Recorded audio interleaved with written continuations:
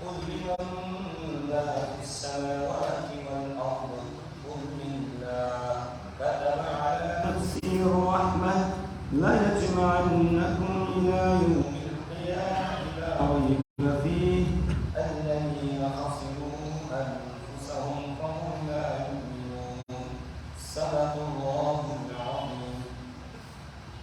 سورة الأنعام کی آیت نمبر 10 تک ہم پڑھ چکے ہیں. آج آیت نمبر 18 سے 10 ہو رہا ہے. اس سے پہلے والے درس میں ہم یہ پڑھ کر آئے کہ نافرمانوں سے یہ کہا گیا تھا أَلَمْ يَرَوْا كَمْ أَهْلَكْنَا مِنْ قَبْلِهِمْ مِنْ قَرْنٍ مَكَّنَّاهُمْ فِي الْأَرْضِ مَا نُمَكِّنْ لَكُمْ. یہ نافرمان غور و فکر نہیں کرتے کہ ہم نے ان سے پہلے کتنی ہی جماعتوں کو، کتنی ہی قوموں کو ہلاک کر دیا کہ جنہیں ہم نے وہ طاقت، وہ قدرت دی تھی زمین میں جو ان کو نہیں دی ہے.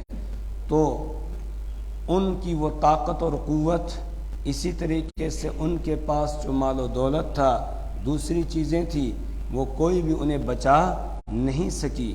اور اگر یہ نہیں مانیں گے، یہ بھی نافرمانی کریں گے، تو جیسے ان پر عذاب آیا ان پر بھی عذاب آ سکتا ہے.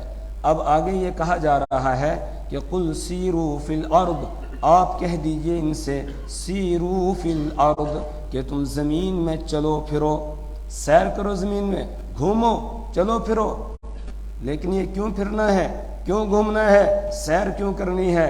ثم انظروا، پھر دیکھو، کیف کان عاقبۃ المکذبین، کیف کان، کیسا ہوا، عاقبۃ المکذبین، جھٹلانے والوں کا انجام، جو اللہ کو جھٹلاتے تھے، اللہ کے پیغمبروں کو جھٹلاتے ہیں، جو قیامت کو نہیں مانتے تھے، جو اللہ کی طاقت اور قدرت اور قوت کو نہیں سمجھتے تھے، ان کا انجام کیسا ہوا ہے. دیکھو گھوم پھر کر. وہ قوم عاد جس کا نعرہ یہ تھا من اشد منا قوہ، ہم سے بڑا طاقتور کون ہے، آج کہاں ہے؟ آج ان کا نام و نشان نہیں ہے، صفحہ ہستی سے ان کو مٹا دیا گیا. قوم سمود جو پہاڑوں کو تراش تراش کے حویلیاں بنا لیا کرتے تھے، وہ کہاں ہیں؟ آج ان میں سے بھی کوئی نظر نہیں آ رہا ہے. ان کے کھنڈرات ہیں، ان کے وہ مکانات ہیں، ان کی حویلیاں ہیں، لیکن ان میں کوئی بسنے والا نہیں ہے. جب رسول اکرم صلی اللہ علیہ وسلم غزوہ تبوک کے لیے تشریف لے جا رہے تھے، راستے میں مدائن صالح جو علاقہ ہے یہ پڑا. اس علاقے سے آپ گزر رہے تھے جہاں قوم سمود پر اللہ کا عذاب آیا تھا، ان کے وہ کھنڈرات تھے وہاں پر. تو رسول پاک صلی اللہ علیہ وسلم نے صحابہ کو حکم دیا کہ یہاں سے تیزی سے گزر جاؤ، یہاں ٹھہرنا نہیں، کہیں ایسا نہ ہو جو عذاب ان پہ آیا تھا اس کا کچھ اثر ہم پر نہ آ جائے، اس لیے جلدی سے یہاں گزرو. عذاب کی جگہوں میں زیادہ نہیں جانا چاہیے آدمی کو، وہاں ٹھہرنا نہیں چاہیے، کسی وقت بھی اللہ کا عذاب آ سکتا ہے، اس لیے کہا یہاں سے جلدی چلو. وہاں کے کنویں کے پانی سے صحابہ کرام نے کچھ کھانا تیار کر لیا تھا، آپ نے وہ کھانے نہیں دیا، آپ نے فرمایا اس کو گرا دو، اس کو نہیں کھانا. یہ وہ جگہ ہے جہاں اللہ کا عذاب آیا ہے. تو جس جگہ اللہ کا عذاب آئے کا وہاں نہیں جانا چاہیے. کیوں؟ اس لیے کہ اللہ کی پکڑ آ سکتی ہے. رسول پاک صلی اللہ علیہ وسلم گھبرا رہے ہیں، ڈر رہے ہیں، اور وہاں سے گزرے تو آپ نے اپنے سر مبارک پر کپڑا ڈال دیا، چادر ڈال دی، اور پھر وہاں سے گزرے اس جگہ سے جہاں اللہ کا عذاب آیا تھا. تو اللہ فرما رہے دیکھو بحر میت، جہاں قوم لوط آباد تھی، جن کی بستی کو پلٹ دیا گیا تھا جب انہوں نے نافرمانی کی، غیر فطری کام انہوں نے شروع کیا. حضرت لوط علیہ السلام نے ان کو سمجھایا، لیکن ان کی سمجھ میں بات نہیں آئی، بلکہ حضرت لوط علیہ السلام کے بارے میں کہنے لگے کہ یہ بڑے پاک باز ہیں، ان کو بستی سے نکال دو، ان کو یہاں رہنے نہ دو. فما جواب قومه الا ان قالوا اخرجوا آل لوط من قريتكم انهم اناس يتطهرون. ان کا جواب یہ تھا کہ بس لوط علیہ السلام کو اور ان کے اہل و عیال کو یہاں سے نکال دو، اس لیے کہ یہ بڑے پاک باز بنتے ہیں، ہم جو کام کر رہے ہیں اس کو نہیں چھوڑیں گے، اسی میں لگے رہیں گے. اللہ کا عذاب آیا، فرشتے آئے پہلے عذاب کا پیغام لے کر. پہلے وہ فرشتے انسانی شکل میں حضرت ابراہیم علیہ السلام کے پاس گئے تھے اور ان کو بیٹے کی خوشخبری سنائی۔ اس کے بعد پھر حضرت لوط علیہ السلام کے پاس پہنچتے ہیں۔ لوط علیہ السلام کو نہیں پتا ہے کہ میرے پاس فرشتے آئے ہوئے ہیں، وہ یہ سمجھ رہے ہیں کہیں دور کے مہمان ہیں۔ کیوں؟ اس لیے کہ نوجوان لڑکوں کی شکل میں فرشتے آئے تھے۔ کل بات آئی تھی نا کہ فرشتہ انسان سے ملتا ہے تو انسانی شکل میں آتا ہے، تو نوجوانوں کی شکل میں یہ آئے تھے۔ جیسے ان نوجوانوں کو قوم نے دیکھا، بس سب کے سب حضرت لوط علیہ السلام کے دروازے پر جمع ہو گئے۔ حضرت لوط علیہ السلام بے بس ہو گئے، اور اس وقت جس وقت یہ فرشتے آئے ہیں، لوط علیہ السلام گھبرا گئے، پریشان ہو گئے اور کہنے لگے ہائے آج تو میرے لیے بڑا مشکل دن ہو گیا۔ یہ قوم کے لوگ اگر دیکھیں گے، ان کو پتہ چلے گا کہ ان کے یہاں نوجوان آئے ہوئے ہیں، وہ تو ان کے پیچھے ہو جائیں گے اور ان کے ساتھ برا کرنے کا ارادہ کریں گے۔ تب تک وجاءہ قوم یہرعون الیہ، قوم ان کی دوڑتی ہوئی آ گئی اور آ کر کہنے لگی کہ لوط ان کو ہمارے حوالے کر۔ لوط علیہ السلام نے فرمایا وَلَا تُخْزِنِي فِي ضَيْفِي، ارے لوگو میرے مہمانوں میں مجھے رسوا نہ کرو، تم کیا کہہ رہے ہو؟ یہ مہمان ہیں، میرے معزز مہمان ہیں، ان کے سامنے مجھے رسوا نہ کرو۔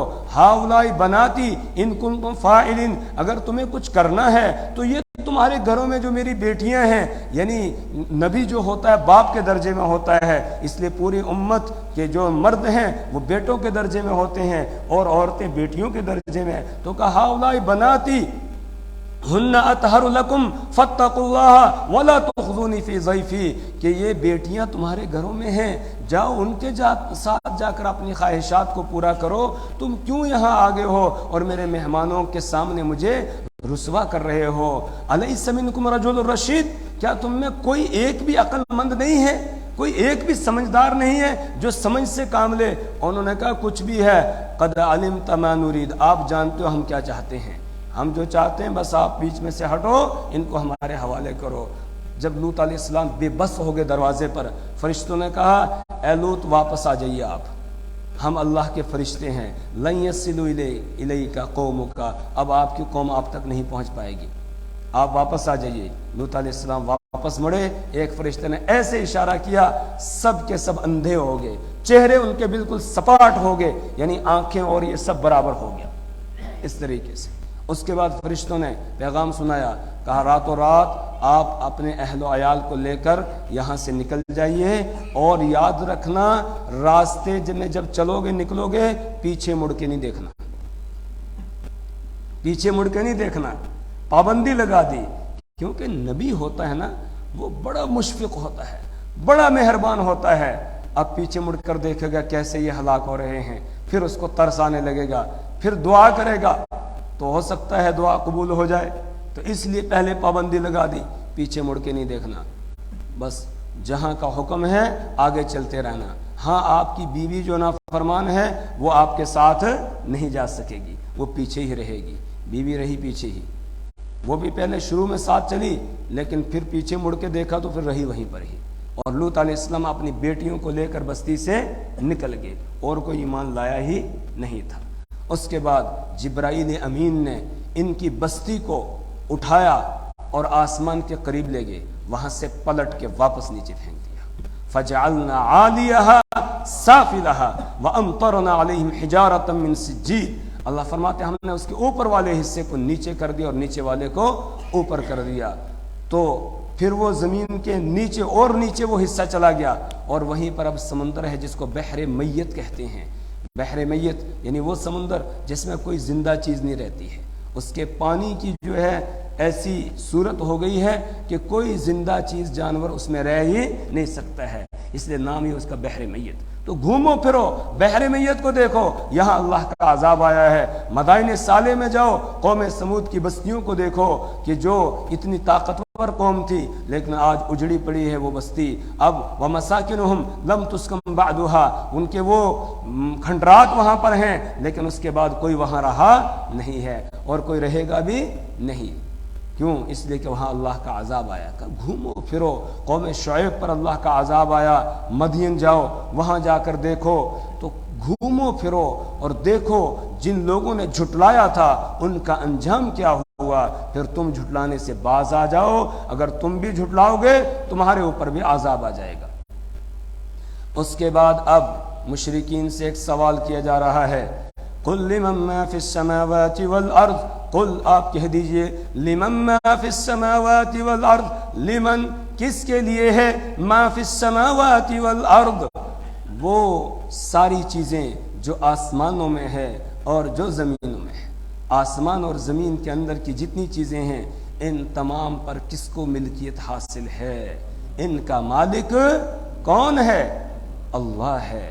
یا آپ ان سے پوچھئے، اگر یہ ضد میں آ جائیں جواب نہ دیں آگے سے تو آپ پھر خود کہہ دیجئے قل للہ، آپ کیا کہہ دیجئے کہ للہ، یہ ساری چیزیں اللہ کے لیے ہیں، اللہ کی ملکیت میں ہے، اللہ ان کا مالک ہے، اللہ کا اختیار ان چیزوں پر چلتا ہے، کسی اور کا نہیں چلتا ہے۔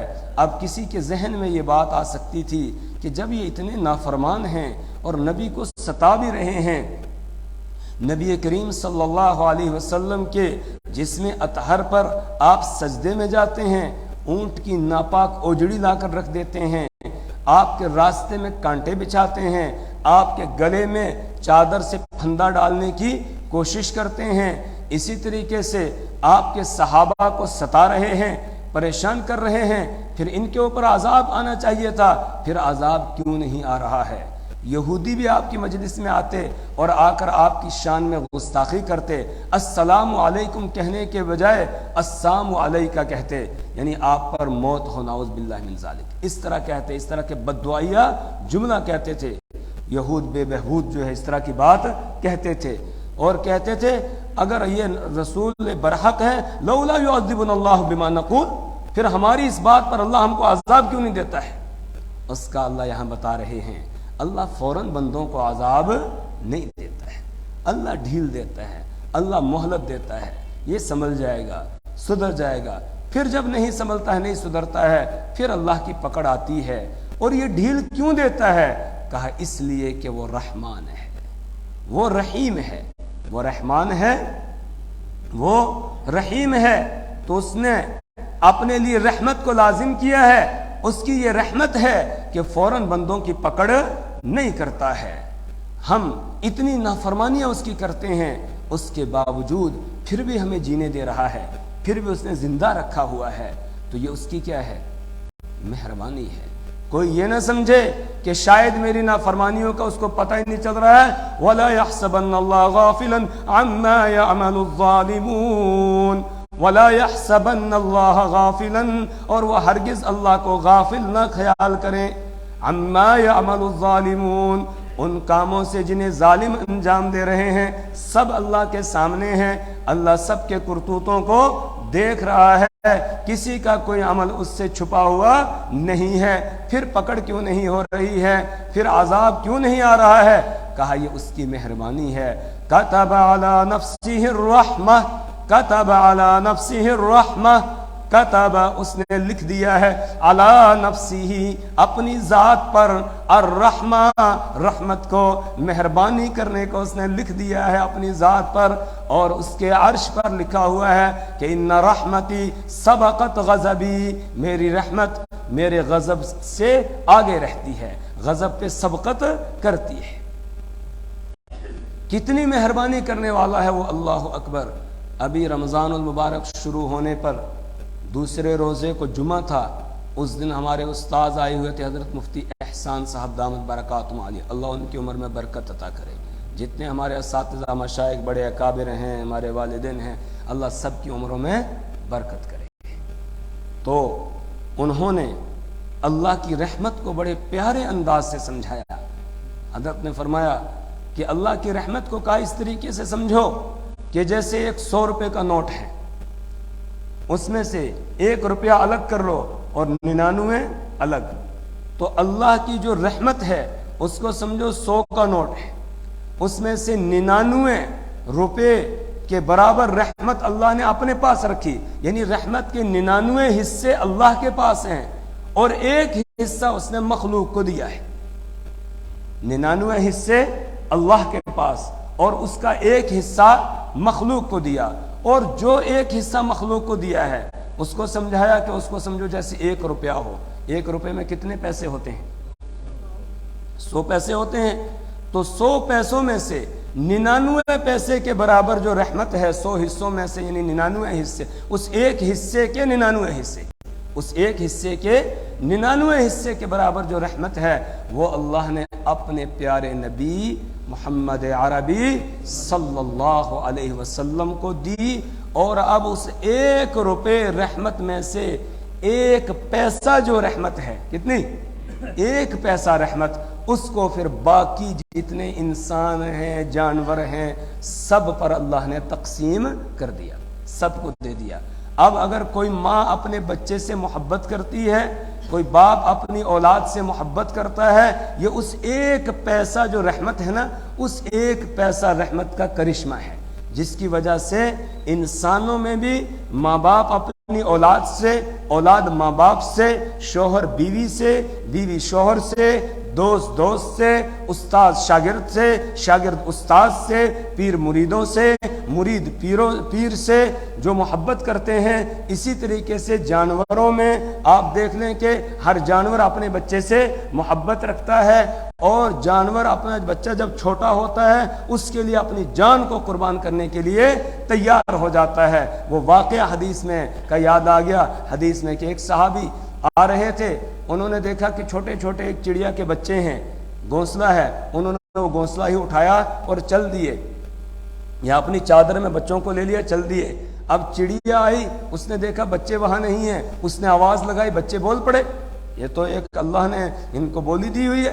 تو جیسے ہی چڑیا نے آواز نکالی، بچوں نے بھی آواز نکالی، اس کو پتہ چل گیا بچے میرے تو چادر میں ہیں، تو بس وہ چڑیا بھی اس کے سر کے اوپر آ کر چکر لگانے لگی، تو اس نے اس کی بات کو مانا نہیں، بچوں کو چھوڑا نہیں، آخر چڑیا آ کر اس کے کندھے پر بیٹھ گئی، اس نے چڑیا کو پکڑا، اس کو بھی رکھا چادر میں، بند کر لیا، بچے بھی اور چڑیا بھی، اور لے کر آئے رسول پاک صلی اللہ علیہ وسلم کے پاس، یا رسول اللہ یہ واقعہ پیش آیا ہے، یہ چڑیا کے بچے ہیں اور یہ چڑیا ہے، اور پھر بتایا یا رسول اللہ میں نے بچوں کو اٹھا لیا تھا، لیکن چڑیا آئی، اس نے آواز لگائی، پھر ایسا ہوا، پھر یہ چکر لگاتی رہی میرے سر پر، میں نے بچوں کو نہیں چھوڑا، اور پھر یہ میرے کندھے پر آ کر بیٹھ گئی۔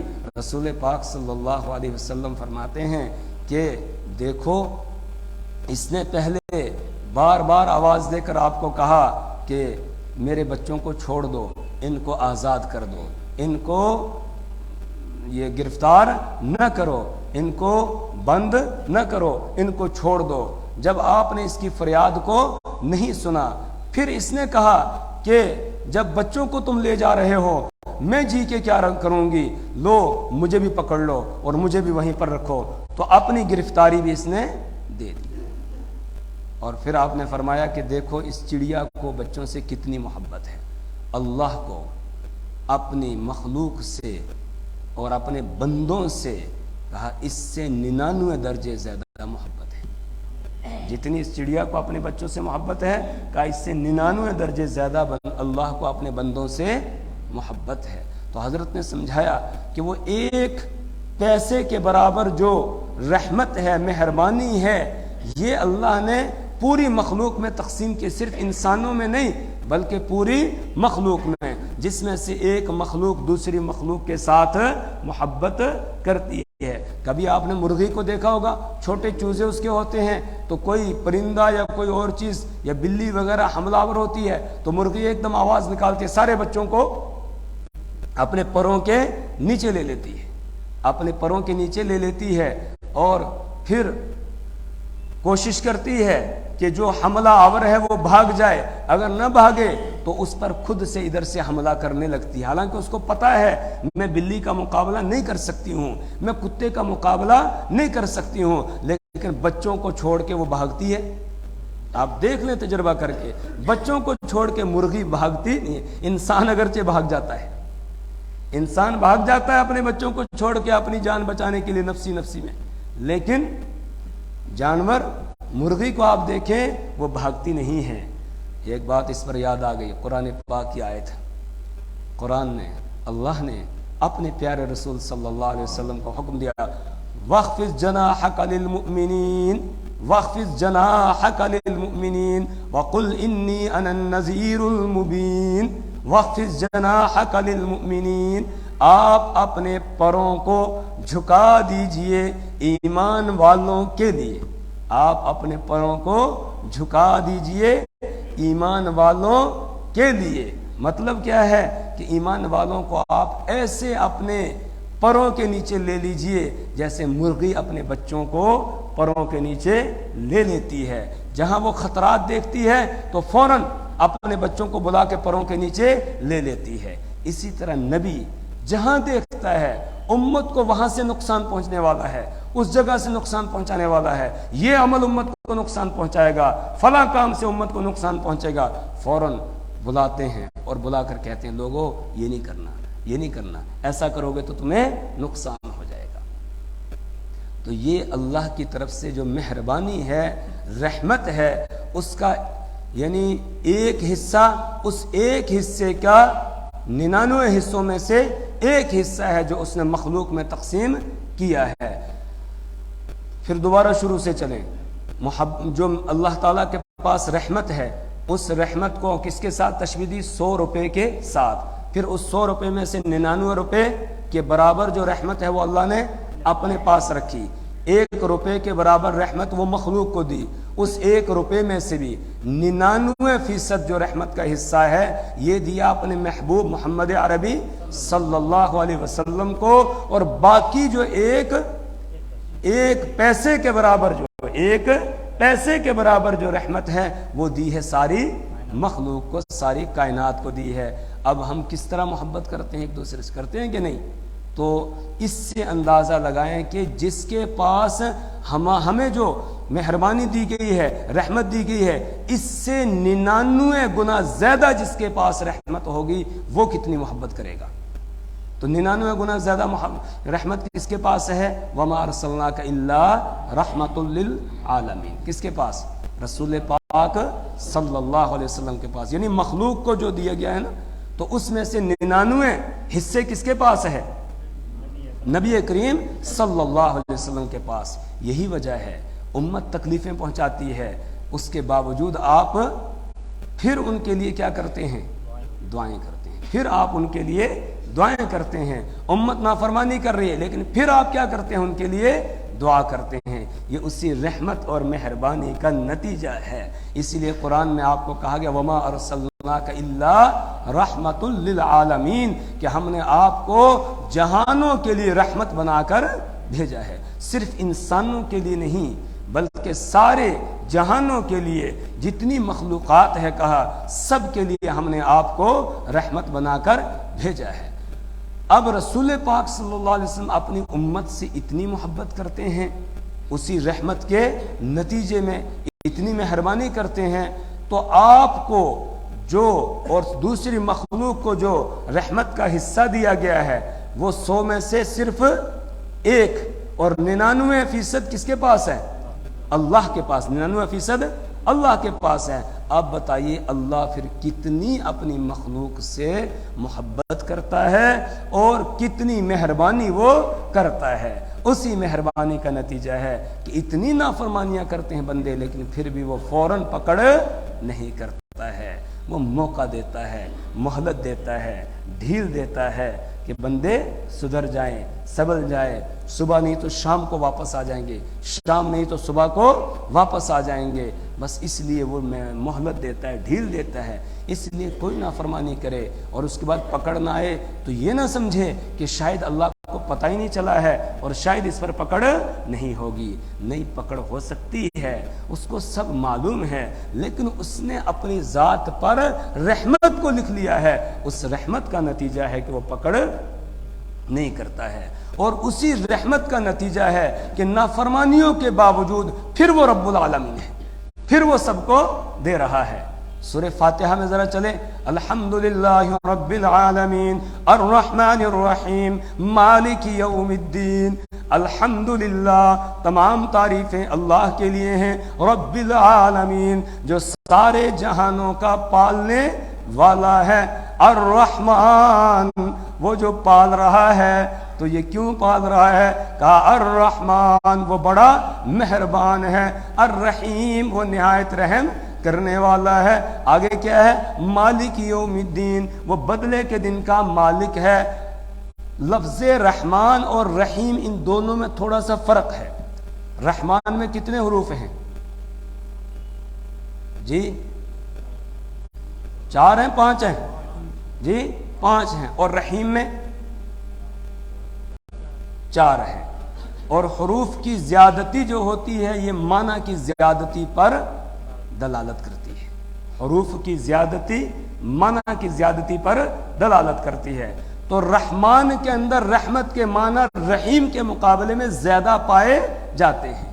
اس لیے مفسرین یہ کہتے ہیں کہ اللہ تعالیٰ کی آج جب تک ہم دنیا کے اندر ہیں تو تب تک جو صفت ظاہر ہو رہی ہے وہ صفت رحمان ہے. وہ کون سی صفت ہے؟ صفت رحمان ہے. اور اس کی یہ صفت رحمان کی جو رحمت ہے یہ فرما برداروں کو بھی مل رہی ہے اور نہ فرمانوں کو بھی حصہ اس سے مل رہا ہے.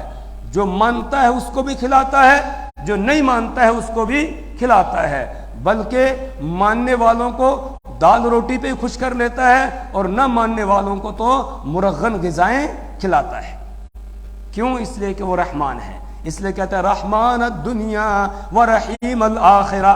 کہتے ہیں یا رحمان الدنیا و یا رحیم الآخرہ, اے دنیا میں مہربانی کرنے والے اور اے آخرت میں مہربانی کرنے والے, ارحمنا, ہم پر کیا کر؟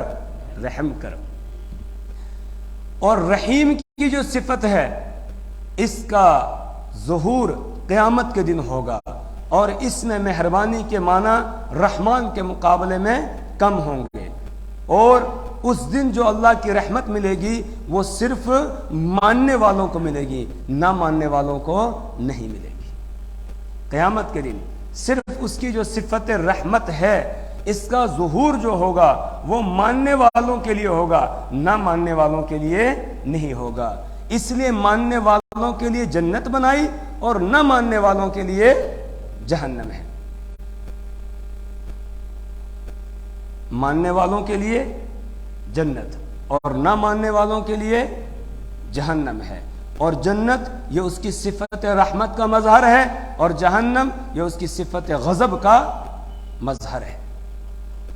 تو قیامت کے دن وہ رحیم ہے اور دنیا میں وہ کیا ہے؟ رحمان ہے. اسی لیے الحمدللہ رب العالمین, تمام تعریفیں اس اللہ کے لیے جو سارے جہانوں کا پالنے والا. یہ پالنے کا سلسلہ کہاں ہے؟ دنیا میں, آخرت میں؟ دنیا میں. اور مالک یوم الدین, بدلے کے دن کا مالک ہے. بدلہ کب دیا جائے گا؟ آخرت میں دیا جائے گا. ان دونوں آیتوں کے بیچ میں ہے الرحمن الرحیم. الرحمن کو پہلے لایا, اس کا تعلق پیچھے والے کے ساتھ ہے. الرحیم کو بعد میں لایا, اس کا تعلق اگلی آیت کے ساتھ ہے. تو رحمان کا تعلق ہے رب العالمین کے ساتھ اور رحیم کا تعلق ہے مالک یوم الدین کے ساتھ. تو اس دن تو وہ رحمت اور مہربانی صرف ایمان والوں کو ملے گی, ان کو نصیب ہوگی, اور دنیا میں سب کو دے رہا ہے, ماننے والوں کو بھی اور نہ ماننے والوں کو. اب میرے خیال سے سمجھ میں آ گیا ہوگا کہ اس نے اپنی ذات پر جو رحمت لکھی ہے وہ کیسے لکھی ہے, اس کا مطلب کیا ہے. کتب علی نفسہ الرحمہ, اس نے اپنی ذات پر رحمت کو, مہربانی کو لکھ دیا ہے. لیجمعنکم الی یوم القیامہ, لیجمعنکم, تو البتہ ضرور بضرور وہ جمع کرے گا تم کو الی یوم القیامہ, قیامت کے دن, لا ریب فی, جس میں کوئی شک نہیں ہے. یعنی قیامت کے دن کے آنے میں کوئی شک نہیں ہے. اس وقت ہمیں روشنی نظر آ رہی ہے نا, کوئی اس روشنی کا انکار کر سکتا ہے؟ اسی طرح قیامت کا انکار بھی نہیں کیا جا سکتا ہے. اپنا ہاتھ سامنے کریں تو اس ہاتھ میں دیکھیں کہ ہاتھ دیکھ لیا نا, اپنا ہاتھ آپ نے سامنے کیا, کوئی کہہ سکتا ہے کہ میں ہاتھ کو نہیں دیکھ رہا ہوں, مجھے ہاتھ نظر نہیں آ رہا ہے؟ جس کی آنکھیں ٹھیک ہے کہہ سکتا ہے, اس کا انکار کر سکتا ہے؟ جی نہیں انکار کر سکتا ہے. اسی طرح قیامت کا آنا بالکل ایسے جیسے ہمارے ہاتھ سامنے ہے, ایسے ہی قیامت کا منظر سامنے ہے, اس نے آنا ہے. ایسا ہو نہیں سکتا ہے کہ قیامت نہ آئے. لا ریب فی, اس میں کوئی شک نہیں ہے. اچھا, وہ رحمت کی بات میں بیچ میں پھر اور دوسری طرف چلا گیا, سورہ فاتحہ میں چلا گیا.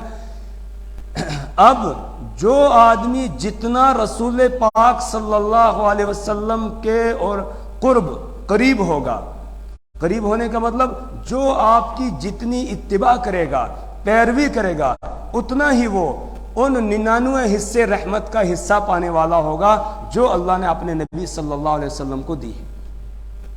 اللہ نے جو 100 میں سے ایک، پھر ایک میں سے جو 99 حصے رحمت کے دیے ہیں کس کو؟ رسول پاک صلی اللہ علیہ وسلم کو۔ ہمارے استاذ نے یہ بتایا کہ اب جو آدمی رسول پاک صلی اللہ علیہ وسلم کا جتنا زیادہ پیروکار ہوگا، اس کو اتنا ہی ان 99 حصوں میں سے رحمت کا حصہ ملے گا، اور اس کے اندر بھی رحم دلی آ جائے گی، جیسے سیدنا ابو بکر صدیق رضی اللہ تعالی عنہ نے اس رحمت کو مکمل اتباع کر کے حاصل کیا، اور اس کا نتیجہ یہ تھا کہ پھر حضرت ابو بکر صدیق رضی اللہ تعالیٰ عنہ رسول پاک صلی اللہ علیہ وسلم کے پرتو نظر آتے تھے، یعنی بالکل آپ کی طرح ہی نظر آتے تھے۔ اتنی مشابہت ہو گئی تھی رسول پاک صلی اللہ علیہ وسلم سے کہ جب ہجرت کر کے آپ مدینہ طیبہ پہنچے ہیں اور لوگ ملاقات کے لیے آنے لگے تو رسول پاک صلی اللہ علیہ وسلم ایک طرف بیٹھ گئے، لوگ جو ہے حضرت ابو بکر صدیق رضی اللہ تعالیٰ عنہ سے آ کر مصافحہ کر رہے ہیں، کیا سمجھ کے؟ نبی پاک صلی اللہ علیہ وسلم کہ یہی ہیں حضور، تو آپ آ کر ان سے ملاقات کر رہے ہیں، مصافحہ کر کر کے جا رہے ہیں۔ حضرت ابو بکر صدیق رضی اللہ تعالیٰ عنہ بھی چپ رہے، کیونکہ حضور پاک صلی اللہ علیہ وسلم کو سفر کی تھکان تھی، تو اس لیے کہا حضور آرام کر رہے ہیں، چلو میں آپ کی جگہ پر لوگوں سے مصافحہ کر رہا ہوں، بعد میں جب پتہ چلے گا پھر بعد میں تب تک تھکان بھی اتر چکی ہوگی اور آ کر رسول پاک صلی اللہ علیہ وسلم سے مصافحہ کر لیں گے۔ تو اتنی مشابہت ہو گئی تھی کہ لوگوں نے کن کو سمجھ لیا؟ حضرت ابو بکر صدیق رضی اللہ تعالیٰ عنہ کو، اور انہی سے مصافحہ کرتے رہے۔ پھر جب جہاں حضور بیٹھے تھے وہاں تھوڑی دھوپ جیسی آنے لگی، حضرت ابو بکر صدیق رضی اللہ تعالیٰ عنہ چادر لے کر کھڑے ہوئے آپ پر سایہ کرنے کے لیے۔ اب لوگوں کو پتا چلا کہ رسول پاک صلی اللہ علیہ وسلم کون ہیں؟ یہ ہیں جو بیٹھے ہوئے ہیں، اور ہم مصافحہ کس سے کرتے رہے؟ ابو بکر صدیق رضی اللہ تعالی عنہ سے۔ تو انہوں نے مکمل طور پر جو ہے اس رحمت کو حاصل کرنے کی کوشش کی تھی۔ میں اور آپ بھی جتنی اتباع کریں گے رسول پاک صلی اللہ علیہ وسلم کی، اتنا ہی اس رحمت کا حصہ ہمیں ملے گا۔ ہم نے اپنے استاد محترم حضرت مفتی صاحب علیہ الرحمہ کو دیکھا کہ متبع سنت تھے، سنت کے پیروکار تھے، اور اس کے نتیجے میں اللہ نے ان کو وہی مزاج دیا تھا جو مزاج تھا رسول پاک صلی اللہ علیہ وسلم کا۔ وہی انسانوں کی ہمدردی، لوگوں کی ہمدردی، کس طرح وہ ملتے تھے، کس طریقے سے۔ ہر آدمی یہی سمجھتا ہے کہ سب سے زیادہ لگاؤ کس کے ساتھ تھا؟ میرے ساتھ تھا، یہی سمجھتا ہے۔ تو جو جتنی پیروی کرے گا، اتباع کرے گا، اس کو اس رحمت کا اتنا ہی حصہ زیادہ ملے گا جو اللہ نے دی ہے کس کو؟ اپنے نبی صلی اللہ علیہ وسلم کو۔ جب ہم اللہ سے دعا مانگتے ہیں تو اس دعا میں بھی ہم اللہ سے رحمت کے طلبگار ہوتے ہیں، رحمت کے طلبگار ہوتے ہیں۔ اس کے لیے اس دن حضرت مفتی احسان صاحب دامت برکاتہم نے ایک نقطے کی بات بیان فرمائی۔ فرمایا اپنے ہاتھوں کو ایسے جوڑتے ہیں نا ہم دعا کے لیے، ایسے جوڑتے ہیں، تو اس کے بعد کہا ہاتھ کی جو لکیریں ہیں ان لکیروں میں غور کرو۔ ایک یہ لکیر ہے یہاں سے ایسے ادھر آ رہی ہے، ادھر آ رہی ہے نا، ادھر ہے پھر ادھر ہے، اور یہاں پر ایک لکیر سیدھی ہے۔ یہ 8 بنا ہوا ہے، اردو میں لکھتے ہیں نا جیسے 8، تو یہ 8 بنا ہوا ہے گنتی کا، اور یہ 1 ہے، تو 8 اور 1 کتنا ہو گیا؟ 81۔ ادھر 8 ہے ادھر 1 ہے، کتنا ہو گیا؟ 81۔ اب اس ہاتھ کو لے لیجئے، ٹھیک، اس میں ادھر یہ 8 ہے، ٹھیک، ادھر کیا ہے؟ 1 ہے۔ جب دونوں کو ہم ملائیں گے اس طریقے سے، ٹھیک، اس طرح ملائیں گے، تو اس میں آپ دیکھیں گے کہ یہاں پر یہ 1 آ گیا اور ادھر ہے 8، ٹھیک، تو 1 اور 8 کتنا ہو گیا؟ 18، اور ادھر آپ دیکھیں گے تو 81، اور 18 اور 81 کتنا ہو گیا؟ 99۔ اے اللہ ہم ہاتھ اٹھا کر تجھ سے ان 99 حصے رحمت کا واسطہ دے کر مانگتے ہیں جو 99 حصے رحمت کے آپ نے اپنے پاس رکھے ہیں۔ ہماری دعاؤں کو قبول کر اور ہماری ضروریات کو کیا کر، پورا کر۔ یہ میں نے ادھر 18 ہیں، اس میں 18 ہیں، کس میں؟ یہ 1 ہے اور یہ ہے 8۔ دائیں ہاتھ میں 18 ہیں، بائیں ہاتھ میں 81 ہے۔ دائیں میں 18 اور بائیں میں کیا ہے؟ 81 ہے۔ 81 اور 18 99۔ اب ہاتھ ایسے کیے، اے اللہ یہ جو 99 حصے تیری رحمت ہے جس کی علامت آپ نے میرے ہاتھوں میں بھی رکھی ہے، تو اے اللہ اس رحمت کا واسطہ دے کر آپ سے دعا کرتے ہیں ہماری حاجات کو پورا فرما، ہماری ضرورتوں کو پورا فرما۔ تو یہ 99 حصے اللہ نے جو اپنے پاس رحمت کے رکھے ہیں ان کے واسطے سے گویا ہم اللہ سے کیا کرتے ہیں، دعا کرتے ہیں۔ کتب علی نفسہ الرحمہ، اس نے اپنی ذات پر رحمت کو لکھ دیا ہے، لا یجمعنکم الی یوم القیامہ، البتہ وہ ضرور بضرور تم سب کو جمع کرے گا قیامت کے دن۔ کہیں یہ نہ سمجھ لینا کہ دنیا کے اندر وہ نافرمانی کے باوجود دے رہا ہے تو قیامت کے دن بھی نافرمانی کے باوجود دے دے گا، کہا نہ، وہاں کا نظام الگ ہے، دنیا کا نظام الگ ہے۔ دنیا دار الامتحان ہے، وہ دار الجزا ہے، دار الامتحان میں سب برابر ہیں۔ جو پرچہ لکھے گا اس کو بھی اجازت ہے آنے کی، جو نہیں لکھے گا اس کو بھی اجازت ہے۔ جتنا ٹائم لکھنے والے کے لیے ہے اتنا ہی ٹائم ایگزام ہال میں نہ لکھنے والے کے لیے، دونوں کے لیے برابر۔ جو سہولتیں لکھنے والے کے لیے ہیں وہی سہولتیں نہ لکھنے والے کے لیے ہیں۔ تو جو فرما برداری کرنے والا ہے اس کو جو سہولتیں یہاں مل رہی ہیں، نافرمان کو بھی وہ سہولتیں یہاں مل رہی ہیں دنیا کے اندر۔ لیکن دار الجزا یعنی قیامت کا جو دن ہے، اس دن تو صرف فرما برداروں ہی کی طرف اللہ کی رحمت متوجہ ہوگی، دوسروں کی طرف اللہ کی رحمت متوجہ نہیں ہوگی۔ جیسے جب رزلٹ آؤٹ ہو جاتا ہے اس کے بعد اگلی کلاس میں جانے کا صرف اسی کو اختیار ہوتا ہے جو کامیاب ہو گیا، جو ناکام ہو گیا اس کو اگلی کلاس میں جانے دیتے ہیں؟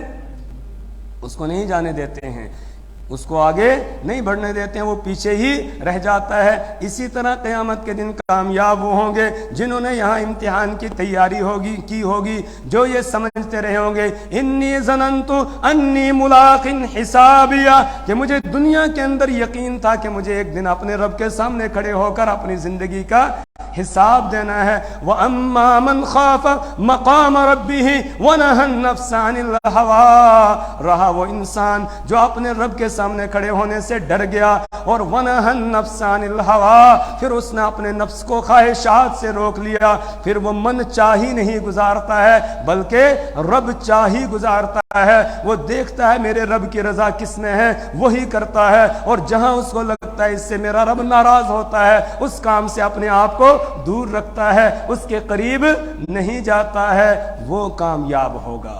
تو کہا رحمت تو ہے میں نے لکھ رکھی ہے، لیکن یہ دنیا کے اندر تو سب کو ملے گی اور آخرت میں صرف کس کو؟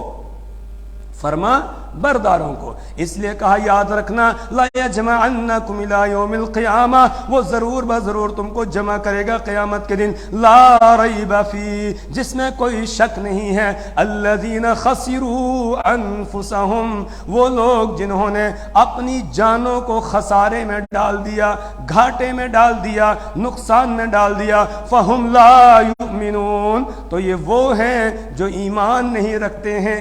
جن کے پاس ایمان ہے انہوں نے اپنے آپ کو کامیاب بنا لیا، اور جن کے پاس ایمان نہیں ہے انہوں نے اپنے آپ کو گھاٹے میں ڈال دیا، نقصان میں ڈال دیا۔ فہم لا یؤمنون، وہ ایمان نہیں رکھتے ہیں نہ اللہ پر، نہ اللہ کے نبیوں پر، نہ اللہ کے فرشتوں پر، نہ اس کی کتابوں پر، نہ آخرت کے دن پر ان کو ایمان ہی نہیں ہے۔ ان کا تو کہنا یہ ہے ان ہی الا حیاتنا الدنیا نموت ونحیا، ہم تو بس اسی دنیاوی زندگی میں جیتے ہیں، یہی مرتے ہیں، بس یہی ہے منزل، اور آگے کچھ ہے ہی نہیں۔ ان لوگوں نے اپنے آپ کو کس میں ڈال دیا؟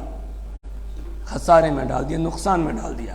اور ان کے مقابلے میں جو ایمان لانے والے ہیں انہوں نے اپنے آپ کو کامیاب کر لیا۔ اسی کو تو بیان کیا نا سورۃ العصر میں، وَالْعَصْرِ إِنَّ الْإِنسَانَ لفی خسر الا الذین آمنوا وعملوا الصالحات وتواصوا بالحق وتواصوا بالصبر. زمانے کا ایک ایک سیکنڈ مجھے اور آپ کو پوری دنیا کے انسانوں کو پکار پکار کے کہہ رہا ہے ان الانسان لفی خسر، بے شک سارے انسان گھاٹے میں ہیں، نقصان میں ہیں، الا الذین آمنوا وعملوا الصالحات، مگر وہ جنہوں نے ایمان لایا اور نیک اعمال کیے، وتواصوا بالحق، اور ایک دوسرے کو حق کی تلقین کرتے رہے، وتواصوا بالصبر، اور ایک دوسرے کو صبر کی تلقین کرتے رہے. جنہوں نے یہ چار کام کر لیے وہ کامیاب ہو گئے، اور جنہوں نے یہ نہیں کیے وہ ناکام رہیں گے، وہ نامراد رہیں گے، وہ خسارے اور گھاٹے میں رہیں گے.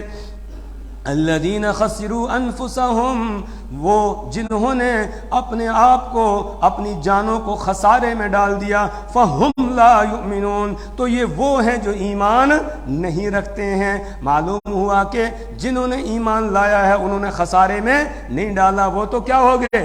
کامیاب ہو گئے. وَلَهُ مَا سَكَنَ فِي اللَّيْلِ وَالنَّهَارِ. اب اللہ کی کتنی مہربانی ہے، اس نے ہمیں ایمان کی دولت دی ہے. اب ہماری ذمہ داری ہے کہ ہم اس دولت کو باقی رکھنے کی سعی کریں، کوشش کریں، کہیں ہم سے یہ چھن نہ جائے. ہر وقت اس فکر میں لگے رہیں اور اس کے حکموں کو پورا کرتے رہیں. وَلَهُ مَا سَكَنَ فِي اللَّيْلِ وَالنَّهَارِ وَهُوَ السَّمِيعُ الْعَلِيمُ. وَلَهُ مَا سَكَنَ، اسی کے لیے ہے وہ ساری چیزیں جو ٹھہرتی ہیں، فی اللیل، رات میں، والنہار، اور دن میں. اس کی مخلوق میں سے کچھ ایسی مخلوق ہے جو رات کو ٹھہر جاتی ہے، آرام کرتی ہے. جیسے انسان ہیں رات کو آرام کرتے ہیں، اکثریت انسانوں کی ایسی ہے جو رات کو آرام کرتے ہیں، کچھ دن رات لگے رہتے ہیں. دنیا کے چکر میں بات الگ ہے، لیکن اکثر کیا کرتے ہیں؟ آرام کرتے ہیں. جانوروں میں سے بھی کچھ ایسے ہیں جو رات کو آرام کرتے ہیں. پرندے تو تقریباً سارے ہی کیا کرتے ہیں؟ رات کو آرام کرتے ہیں. اور کچھ جانور ایسے ہیں کہ جو دن میں ٹھہرے رہتے ہیں، دن میں باہر نہیں نکلتے ہیں، رات کو نکلتے ہیں. جیسے جنگلی جانور ہوتے ہیں، دن میں چھپ جاتے ہیں، وہ اپنے بلوں میں، اپنے گھروں میں چلے جاتے ہیں، اور رات کے وقت میں وہ نکل پڑتے ہیں، اور پھر کہیں کھیتیوں کا نقصان کرتے ہیں، کسی کچھ اور کرتے ہیں، کچھ کرتے ہیں، کہیں جانوروں کا نقصان کرتے ہیں، تو وہ رات کو نکلتے ہیں. تو جو مخلوق دن میں یہ رات میں ٹھہرتی ہے اس کا مالک بھی کون ہے؟ اللہ ہے. اور جو دن میں ٹھہری رہتی ہے اور رات کو چلتی پھرتی ہے ان کا مالک بھی کون ہے؟ اللہ ہے. تو سب کا مالک کون ہے؟ اللہ ہے. وَلَهُ مَا سَكَنَ فِي اللَّيْلِ، اور اسی کے لیے وہ ساری مخلوق جو ٹھہرتی ہے فی اللیل، رات میں، وَالنَّهَارِ، اور وہ بھی ساری مخلوق جو ٹھہرتی ہے دن میں. وَهُوَ السَّمِيعُ الْعَلِيمُ، اور وہی سننے والا، جاننے والا ہے. اسی سے مانگا جائے جو سنتا بھی ہو اور جو جانتا بھی ہو. جو نہ سنتا ہو اور نہ جانتا ہو اس سے مانگنے میں کوئی فائدہ ہے؟ اس سے مانگنے میں کوئی فائدہ نہیں. اور سننے والا کون ہے؟ اللہ ہے. اصل میں ہونا چاہیے تھا وَهُوَ السَّمِيعُ الْعَلِيمُ. قاعدہ ہے عربی زبان کا، یعنی عربی جو گرامر ہے نا اس کا قاعدہ ہے کہ مبتدا معرفہ ہوتا ہے اور خبر نکرہ ہوتی ہے. مبتدا معرفہ اور خبر کیا ہوتی ہے؟ نکرہ ہوتی ہے. یہاں علماء بھی بیٹھے ہیں تو اس کا ترجمہ ہوتا وَهُوَ سَمِيعٌ عَلِيمٌ، وہ سننے والا ہے، وہ جاننے والا ہے. لیکن جہاں مبتدا کے ساتھ جو دوسرا لفظ آ جائے خبر کا، وہ بھی معرفہ ہو، وہ کیا ہو؟ معرفہ ہو، وہاں حصر کے معنی پیدا ہو جاتے ہیں، تخصیص کے معنی پیدا ہو جاتے ہیں. اب ترجمہ ہوتا ہے وہی سننے والا ہے، وہی جاننے والا ہے، اس کے علاوہ نہ کوئی سننے والا ہے نہ کوئی جاننے والا ہے.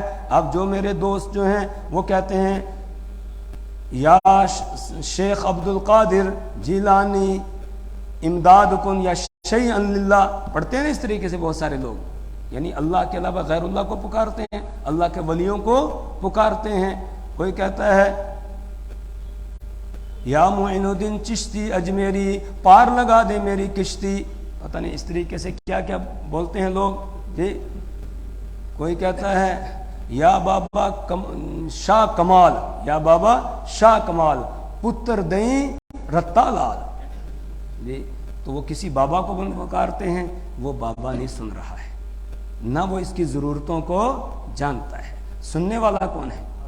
اللہ ہے۔ ضرورتوں کو جاننے والا بھی کون ہے؟ اللہ ہے۔ پریشانیوں کو ہٹانے والا اللہ ہے، اور پریشانیوں کو جاننے والا بھی اللہ ہے، اس کے علاوہ کوئی دوسرا نہیں ہے۔ لیکن جہالت کی وجہ سے لوگ ایسا کرتے ہیں۔ یہاں بتایا وَهُوَ السَّمِيعُ الْعَلِيمُ، وہی سننے والا، وہی جاننے والا، مطلب اس کے علاوہ نہ کوئی سننے والا ہے نہ کوئی جاننے والا ہے، اور جب وہی سننے والا ہے تو پھر اسی کو پکارو، اس کے علاوہ کسی اور کو نہیں پکارنا چاہیے۔ ان الذین تدعون من دون اللہ عباد امثالکم فادعوہم فلیستجیبوا لکم ان کنتم صادقین الہم ارجل یمشون بہا ام لہم ایدی یبطشون بہا ام لہم اعین یبصرون بہا ام لہم آذان یسمعون بہا۔ اللہ فرما رہے ہیں کہ جن کو تم اللہ کو چھوڑ کر پکارتے ہو، ان الذین تدعون من دون اللہ عباد امثالکم، وہ بھی تو تمہاری طرح بندے ہیں۔ جس اللہ کے ولی کو تم پکارتے ہو اپنی حاجات اور مشکلات میں، وہ تمہاری طرح کا کیا ہے؟ بندہ ہے۔ عباد امثالکم فدعوہم فلیستجیبوا لکم، نہیں مانتے ہو تو پکارو ان کو پھر، اور پھر دیکھوں میں کہ وہ تمہاری دعا اور پکار کو سنتے ہیں۔ اگر تم سچے ہو پکار کر دیکھو۔ کہا نہیں سنتے ہیں، اگر سنتے ہوتے تو کیا کرتے؟ جواب بھی دیتے۔ کہا وہ دیکھو تمہارے سامنے ہے، ولی کا انتقال ہو گیا نا، انتقال کے بعد جنازہ سامنے ہے۔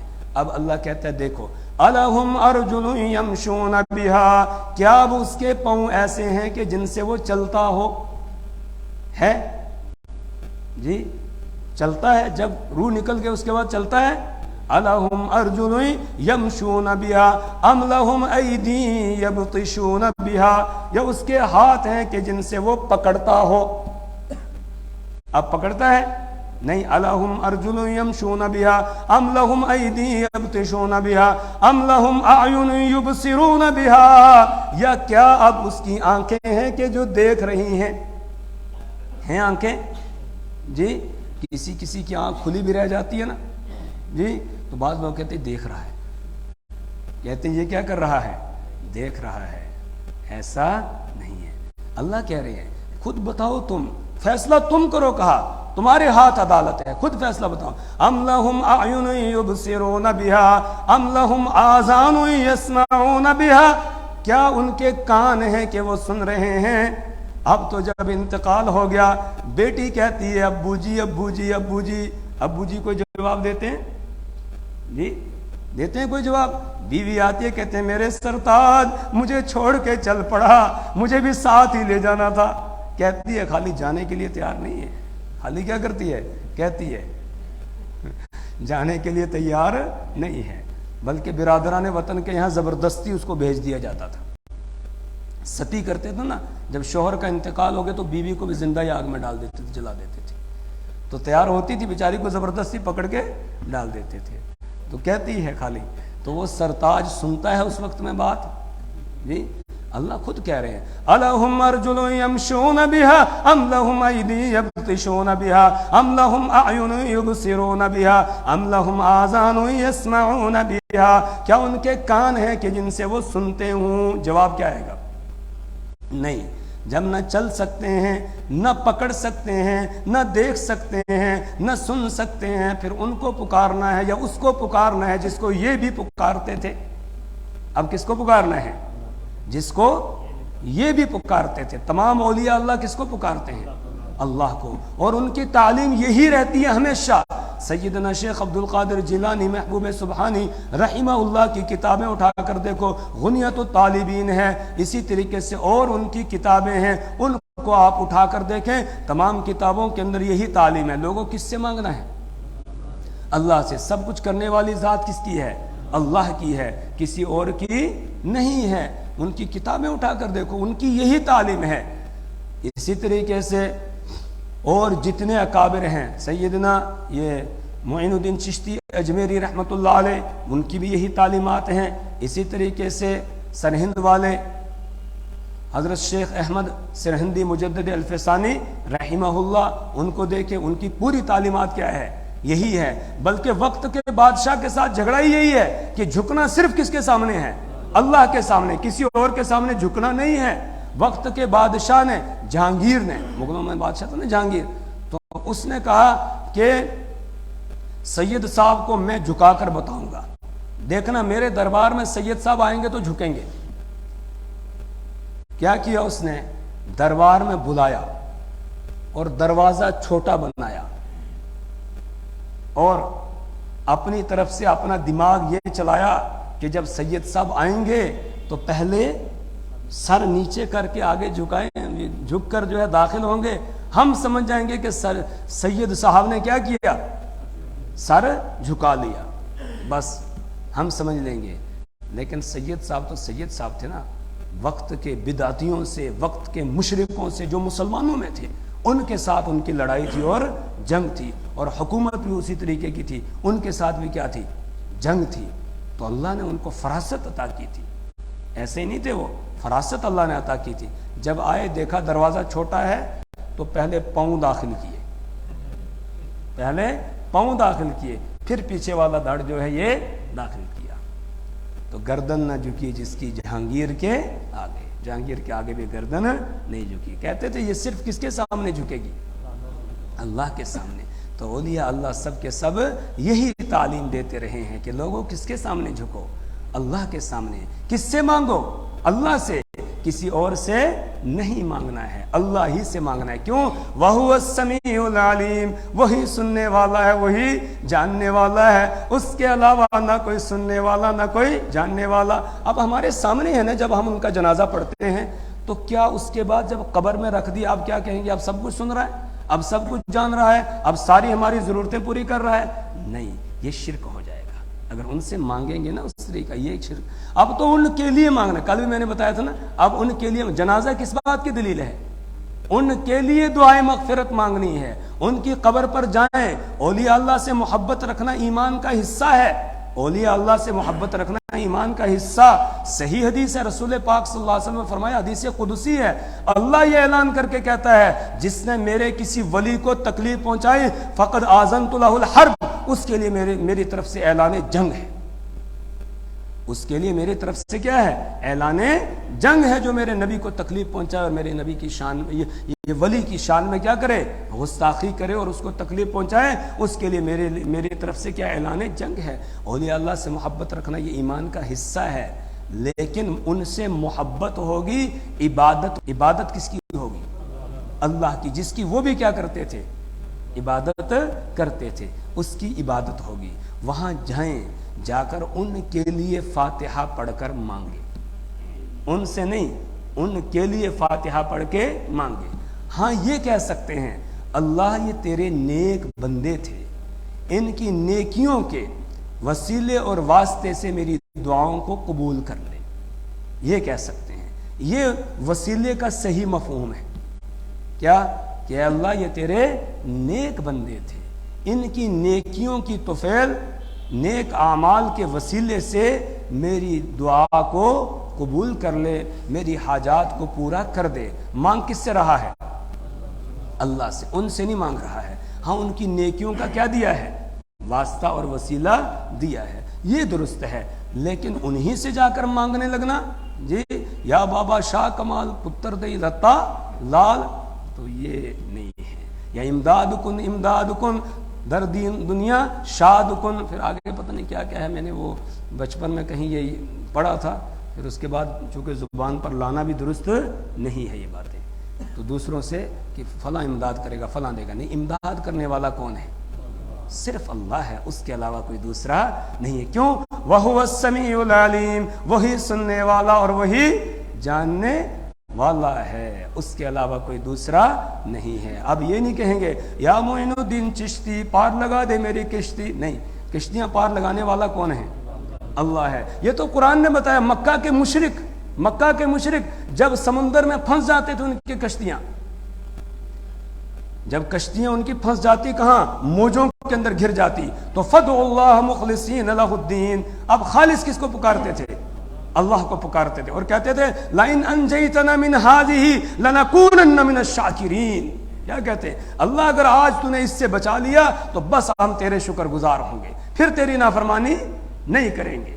حضرت اکرمہ بن ابی جہل رضی اللہ تعالی عنہ، ان کو جو ایمان نصیب ہوا وہ اسی طرح ہوا، مکہ فتح ہوا، وہ بھاگ کے چلے گئے کہ شاید مجھے مار دیا جائے گا، قتل کر دیا جائے گا، بھاگ گئے۔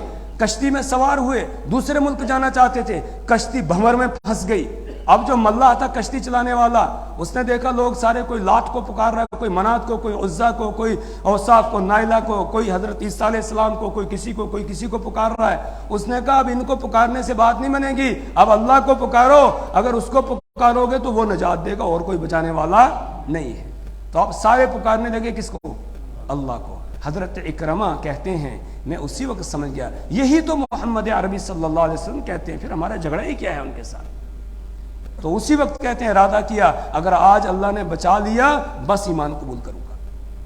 تو اللہ نے بچا لیا، واپس آئے اور آ کر پھر کلمہ پڑھ کے مسلمان ہو گئے، اور پھر اکرمہ بن ابی جہل رضی اللہ تعالی عنہ بن گئے، یعنی ابو جہل کا بیٹا ہے، اور اس کو بھی اللہ نے ایمان دے دیا۔ جو اللہ کے رسول صلی اللہ علیہ وسلم کا سب سے بڑا کیا تھا؟ دشمن تھا، اس کے بیٹے کو اللہ نے ایمان دے دیا۔ وَهُوَ السَّمِيعُ الْعَلِيمُ، وہی سننے والا اور وہی جاننے والا ہے۔ اللہ سے دعا کریں اللہ تعالیٰ اپنی کتاب کی سمجھ اور فہم عطا فرمائے، اللہ ہمیں اعمال صالحہ کی توفیق عطا فرمائے، برے اعمال سے اللہ ہماری نسلوں کی اللہ تعالیٰ حفاظت فرمائے، اللہ ہمیں ایمان پر قائم رکھے، اللہ کفر سے، شرک سے، بدعات سے، رسم و رواجات سے، ہر قسم کے گناہ سے ہمیں اور ہماری نسلوں کو محفوظ رکھے۔ سبحان اللہ